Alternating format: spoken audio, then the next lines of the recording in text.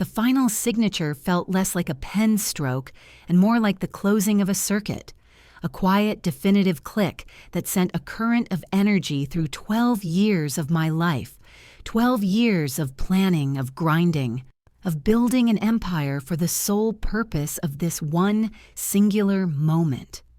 On the other side of a thick mahogany desk, my lead counsel, a man who charged more per hour than I used to make in a year, slid the final document into a crisp leather portfolio. He offered a tight professional smile. He had no idea what this was really about. To him, it was just another acquisition. A distressed asset, a regional hospital named Mercy West General, purchased by my private holding company, Perez Ventures, LLC. A smart, if somewhat unorthodox investment for a newly liquid 32-year-old tech founder. He saw the numbers. He saw the strategic value in turning around a failing institution. He didn't see the ghost of a 20-year-old kid standing in the room, the kid who was publicly branded a failure by his own father. He didn't understand that this wasn't an investment in healthcare. It was an investment in retribution. I didn't buy a yacht or a private jet. I called my financial team and gave them a single, non-negotiable directive.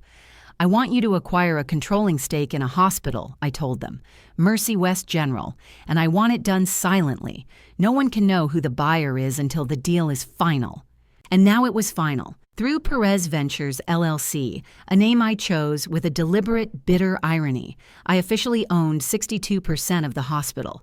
It had taken 7 months of painstaking work of my team, buying up the hospital's outstanding debt, of negotiating with a desperate board of directors who were weeks away from bankruptcy. They were so relieved to find a lifeline they never looked too closely at the anonymous entity throwing them the rope. Mercy West General. I remember its halls from when I was a child. The faint, clean smell of antiseptic, the squeak of nurses' shoes on linoleum, the hushed, reverent tones people used when speaking to my father. He wasn't just a doctor there. He was a fixture, a monument. Dr. Mateo Perez, the brilliant, esteemed chief of cardiology for the last 18 years. To the community, he was a savior in a white coat. To me, he was the man who had looked me in the eye at a family gathering and in front of everyone declared me a colossal failure. Even now, miles away in my sterile downtown office, I can practically hear him. I can picture him in the doctor's lounge at Mercy West, a place I was never welcome unless I was sick. He's 61 now, his hair more silver than black, but his voice would be just as commanding, just as certain of its own authority. He'd be holding a cup of lukewarm coffee, complaining to his colleagues, completely oblivious to the earthquake rumbling beneath his feet. "Did you hear?" He'd say, his brow furrowed with performative concern. "The buyout is complete. Some faceless corporation from out of state. They won't even tell us the name." His fellow doctors would murmur in agreement, sharing his anxiety. They've all heard the rumors. They've seen the writing on the wall for years. Poor financial management and inability to keep up with the larger, more efficient healthcare networks. Mercy West was sinking, and my father, for all his medical genius, was just a passenger on the ship. "This is what happens," he'd continue, his voice dripping with the righteous indignation he was so famous for. "Vulture capitalists see a struggling institution, a place built by physicians for the community, and they swoop in to pick the bones clean. They'll cut staff/benefits, prioritize profits over patients. Everything we've built here for decades, gone. For what? So some soulless CEO can add another line item to his portfolio. The irony is so thick, so perfect, it's almost poetic. He's painting a picture of a monster, a corporate ghoul coming to destroy his life's work. He has no idea the monster is his own son. The soulless CEO he's imagining is the boy he told would never amount to anything because he chose computer science over a scalpel. He fears for the hospital's future, for its legacy. He thinks he's about to lose his kingdom to a stranger. He has no idea he's about to become a tenant in his own castle, and that I, the colossal failure, am the one holding the deed. For the past 7 months, my team has been sending me updates. Financial reports, personnel files, infrastructure assessments. I know more about Mercy West General than my father does. I know which MRI machine is on its last legs. I know the cardiology department his department is running at a 17% operational loss. I know that his own pension is tied to the hospital's solvency, a solvency that until a week ago was a complete fiction. He was standing on a trap door, and I was the one who just bought the lever. The final meeting is scheduled for next week, the first official board meeting under the new ownership. All department heads are required to attend. The outgoing chairman will make his final remarks, and then he will introduce the new chairman of the board. My father will be there. He'll sit in his usual chair, projecting an air of weary authority, ready to stand up to the new corporate overlord. He'll be expecting a slick executive in a suit, someone he can morally grandstand against. He'll be preparing a speech in his head about the sanctity of medicine and the soul of the hospital. And then I will walk in. The name on the holding company, Perez Ventures, was a little piece of bait I couldn't resist leaving, but he'd never make the connection. In his mind, I'm still just a kid who got lucky with some computer thing. He has no concept of the scale of my success. He has no idea that the failure he cast out is about to become the single most powerful person in his professional universe. He's worried about his job, his legacy, his hospital. He's worried about the wrong things. He should be worried about the fact that for the first time in 12 years, he's going to have to look me in the eye and listen to every single word I have to say. Before I was chairman of the board, before Perez Ventures LLC was anything more than a theoretical name on a future flowchart before the $1.8 billion acquisition that changed my life, I was just a 20-year-old kid. And 12 years ago, I stood in the center of my family's universe and committed the ultimate sin. I decided to choose my own dream instead of the one that had been chosen for me. It all comes back to a single evening, one of those perfect late summer nights where the air is warm and thick with the smell of my mother's cooking. The entire extended family was there. Aunts, uncles, cousins, all crammed into my parents' sprawling suburban home. The occasion was a celebration of my father's 10th anniversary as chief of cardiology at Mercy West General Hospital. The house was a shrine to him that night. His framed diplomas and awards seemed to gleam a little brighter on the walls. His colleagues had sent extravagant floral arrangements. The clinking of wine glasses was a constant toast to the great Dr. Mateo Perez, and I was about to ruin it all. I was in my second year of a grueling pre-medical program. My grades were fine, excellent even. I was checking all the boxes, walking the path my father had bulldozed for me since I was old enough to hold a toy stethoscope. He saw me as his successor, the next Dr. Perez, a continuation of his legacy. To him, this wasn't a suggestion. It was my destiny, as preordained as the sunrise. But a different fire had been lit in my mind. In between memorizing the Krebs cycle and anatomy charts, I was spending my nights learning to code. I was fascinated by the elegant logic of it, the infinite potential. I saw a future where technology and medicine would merge in ways my father, with his traditionalist mindset, could never imagine.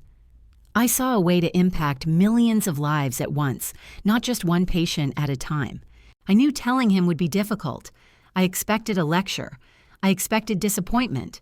I rehearsed my speech for weeks, polishing every word until it shone. I planned to do it privately, respectfully. But my father, in his element holding court in the living room, created an opportunity I couldn't pass up. He put his arm around my shoulders, a heavy proprietary weight, and raised his glass. And to my son, Isaac, he boomed, his voice echoing with self-satisfaction. Everyone turned to look at me. Who will soon be joining the ranks at Mercy West. He's got the Perez mind for medicine. He'll be running my department one day, you'll see. The room erupted in applause and supportive smiles. My aunt beamed at me. My cousins gave me a thumbs up. And in that moment, trapped in the warm glow of their expectations, I felt like I was suffocating. It was now or never. My rehearsed private conversation was out the window. This had become a public forum, and I had to speak my truth. My heart hammered against my ribs. I took a deep breath, the air tasting like roasted lamb and my own fear. "Dad, thank you." I started, my voice shakier than I wanted. "Everyone, thank you." But there's something I need to tell you all." A hush fell over the room. My father's smile tightened at the edges. He wasn't used to his script being edited. I've been doing a lot of thinking about my future." I continued trying to project a confidence I didn't feel. "And while I have the deepest respect for medicine and for everything you do, Dad, it's not my path. I've decided to change my major. I'm dropping the pre-med program."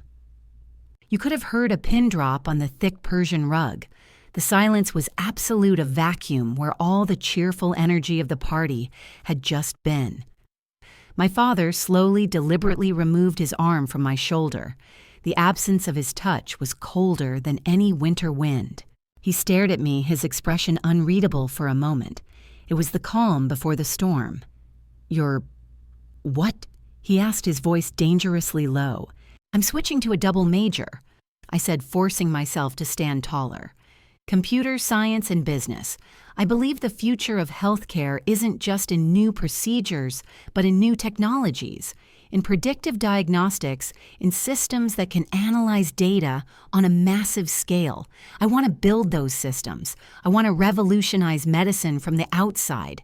I had hoped the ambition in my voice would appeal to him. I had hoped he would see a different kind of strength, a different path to success. I was so naive. I had fundamentally misunderstood the man I called my father. He didn't care about success. He cared about his version of success. He let out a short, sharp laugh. It was a horrifying sound, completely devoid of humor. It was the sound of a judge passing sentence. "Computer science."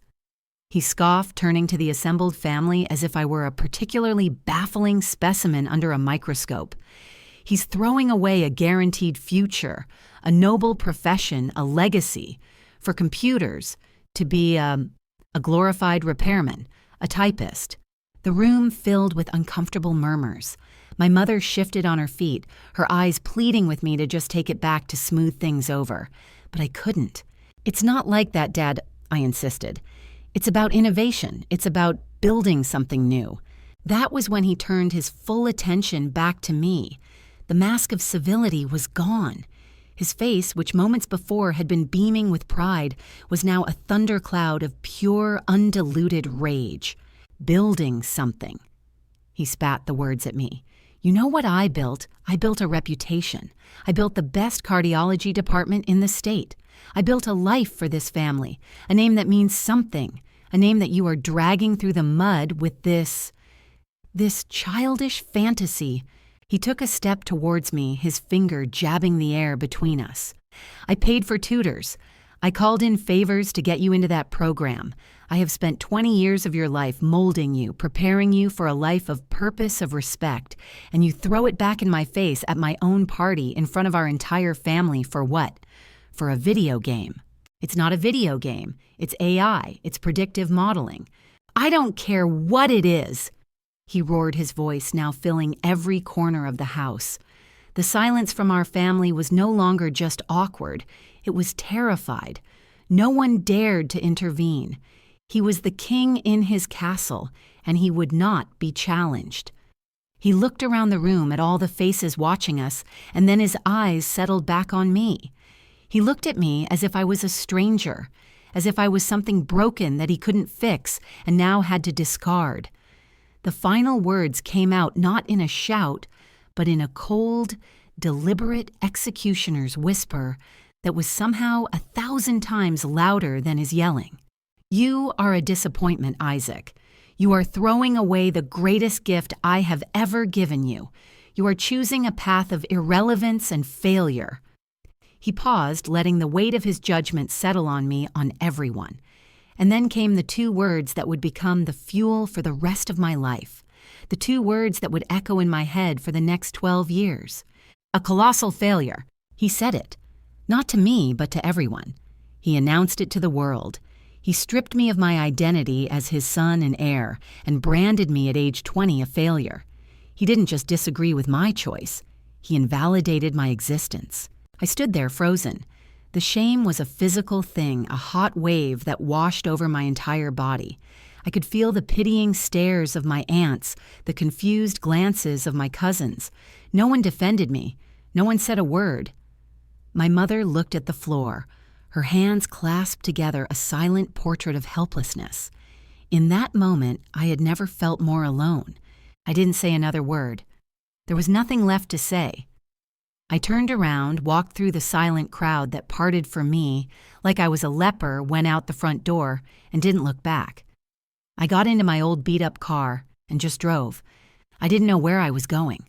All I knew was that the boy who had walked into that house hoping for understanding was gone forever.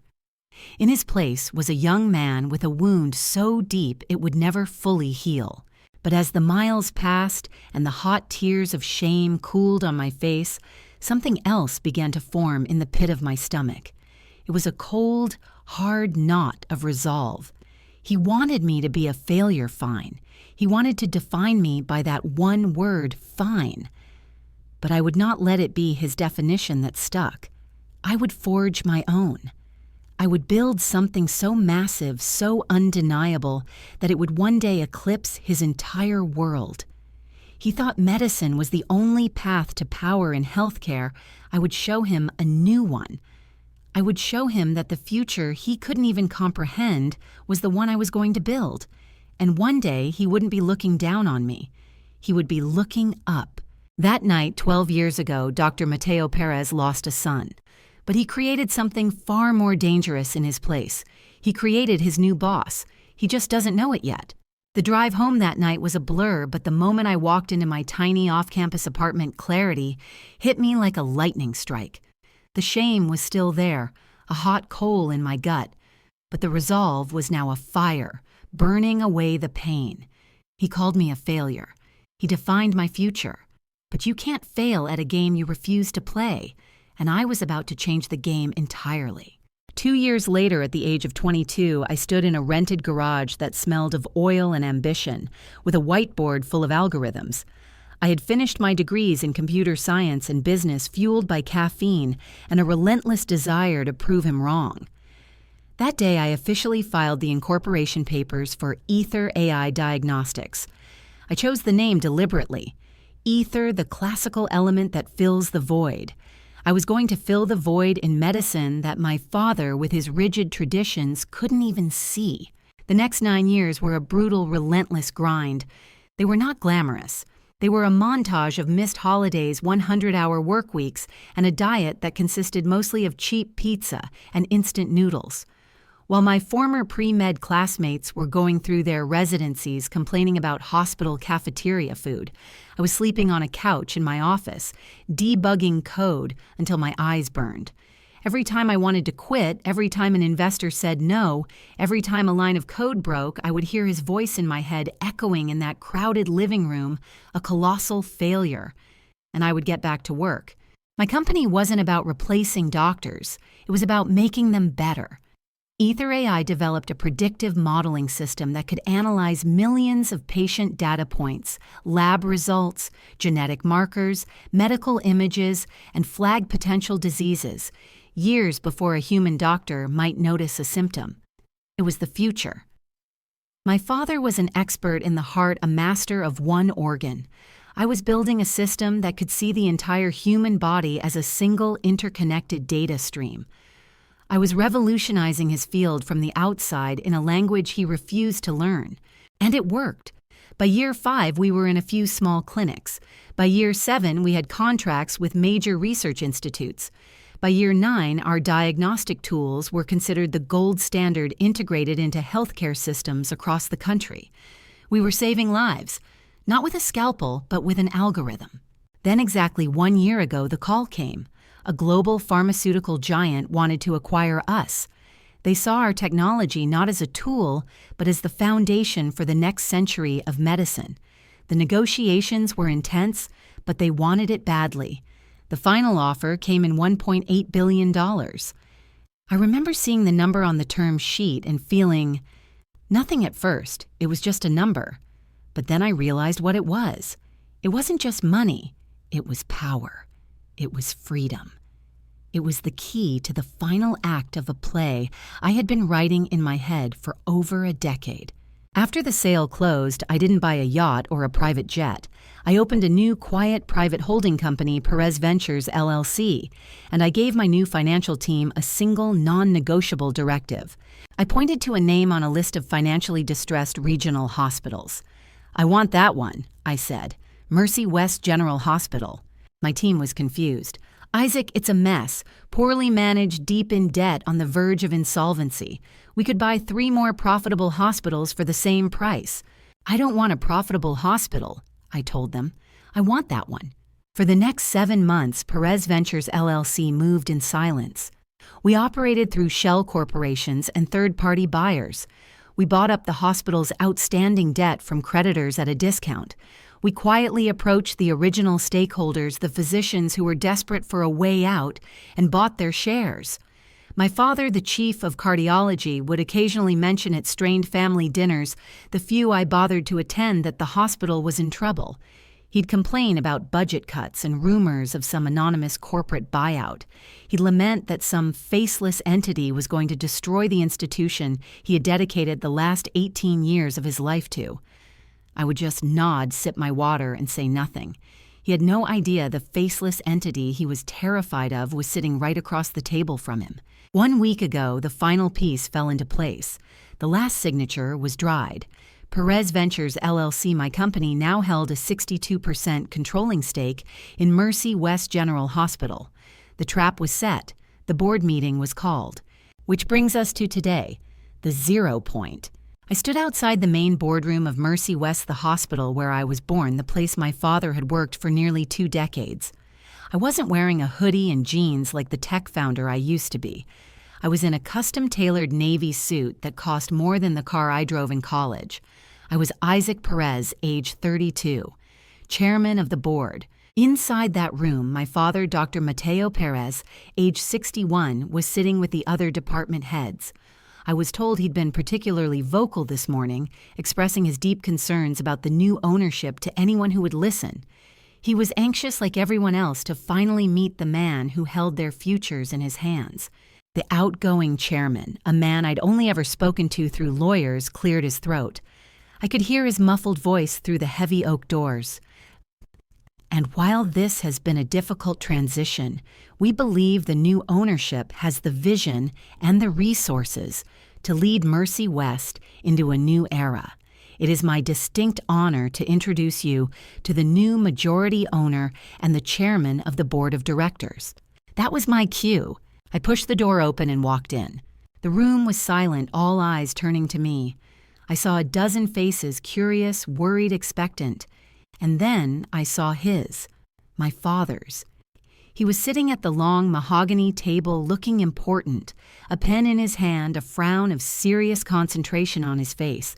He looked up with the others, and for a split second, his expression was just one of confusion. What is he doing here? Kind of look. Then the outgoing chairman finished his sentence. "Please welcome Mr. Isaac Perez." The name hit him first. Perez. Then he looked at me again, really looked at me, and the color drained from his face. The professional mask of Dr. Mateo Perez, chief of cardiology, shattered into a million pieces. The pen fell from his fingers and clattered onto the table. His jaw went slack. The confusion curdled into disbelief, then morphed into a dawning, sickening horror. It was the look of a man who realized the ground beneath his feet was not only gone, but had been an illusion for months. He stared at me, his son, the colossal failure, standing at the head of the table he had sat at for 18 years. I didn't smile. I didn't scowl. I gave him nothing. I walked to the head of the table, placed my leather-bound portfolio down, and looked out at the room of stunned executives and doctors, my gaze sweeping past my father as if he were a complete stranger. "Good morning," I said, my voice calm and steady. "My name is Isaac Perez. For those of you who are worried about the future of this hospital, let me be clear. I did not acquire Mercy West to strip it for parts. I acquired it to make it the most technologically advanced, patient-focused medical center in the country. For the next hour, I laid out my vision. I didn't talk about passion or legacy. I talked about data integration, AI-driven diagnostics, robotic surgery suites, and logistical overhauls to eliminate waste and improve patient outcomes. I spoke the language of the future, the language I had mastered, while he was clinging to the past. I presented a detailed, fully funded multi-year plan to not just save the hospital, but to make it a model for modern healthcare. The entire time my father just sat there, motionless, speechless. He was a statue of obsolete authority. The other doctors, initially terrified, started to lean forward, intrigued. They were asking questions, getting excited about the new equipment, the new funding, the new possibilities. They were moving on. They were adapting to the new world. My father was being left behind in his own shock. His world had been turned upside down, and he was the only one who couldn't find his footing. When the meeting concluded, a wave of cautious optimism filled the room. People were shaking my hand, introducing themselves, eager to be a part of the future I was building. I was professional, courteous, and direct. And then it was over. I gathered my portfolio and turned to leave. My path took me directly past my father's chair. He was still sitting there, staring at the spot at the head of the table where I had just stood. He looked smaller than I had ever seen him in my life. As I walked past, he didn't look up. He didn't say a word, and neither did I. I just kept walking, the sound of my footsteps on the marble floor, the only sound between us. The new power dynamic needed no words. It was absolute. Now I'm sitting in what used to be the chairman's office, my office. The large window looks out over the entire hospital campus. Every brick, every window, every person walking in and out of those doors. They're all mine now. I achieved it. Not just success, not just wealth. I achieved the one thing I set out to do 12 years ago. I proved him wrong on a scale so grand he can't possibly ignore it. On my new desktop computer, I pull up the hospital's personnel database. It's easy. I have the highest level of clearance. I type in a name, Prezmateo. His entire professional life appears on my screen. His photo, his salary, his performance reviews, his credentials. With a single click, I could terminate his employment. With one keystroke, I could erase his 18-year legacy here. I could do to his career what he did to my spirit all those years ago. My finger hovers over the mouse. The ultimate revenge. But I don't click. I close the file. Firing him would be an ending, and I don't want this to end. The victory isn't in getting rid of him. It's in keeping him. It's in him having to walk these halls every single day, knowing that the colossal failure he disowned is the reason he still has a job. It's in him having to attend meetings where I set the agenda. It's in him having to request funding from a budget that I control. He wanted me to be a doctor. He wanted me to follow in his footsteps. Instead, I built the road he now has to walk on. He will work for me. He will contribute to my vision.